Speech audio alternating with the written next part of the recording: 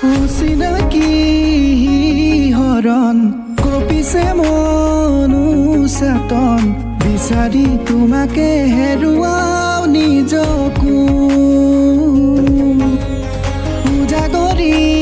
দুনয়ন প্ৰণয়ৰে আগমন সাৱতি মিছাকে সাজি লওঁ দি থকো তোমাৰ পোৱাৰ অনুভৱে জীয়াই তোলে হেঁপাহকে শুকান মৰুত জিলিকে নৈ লব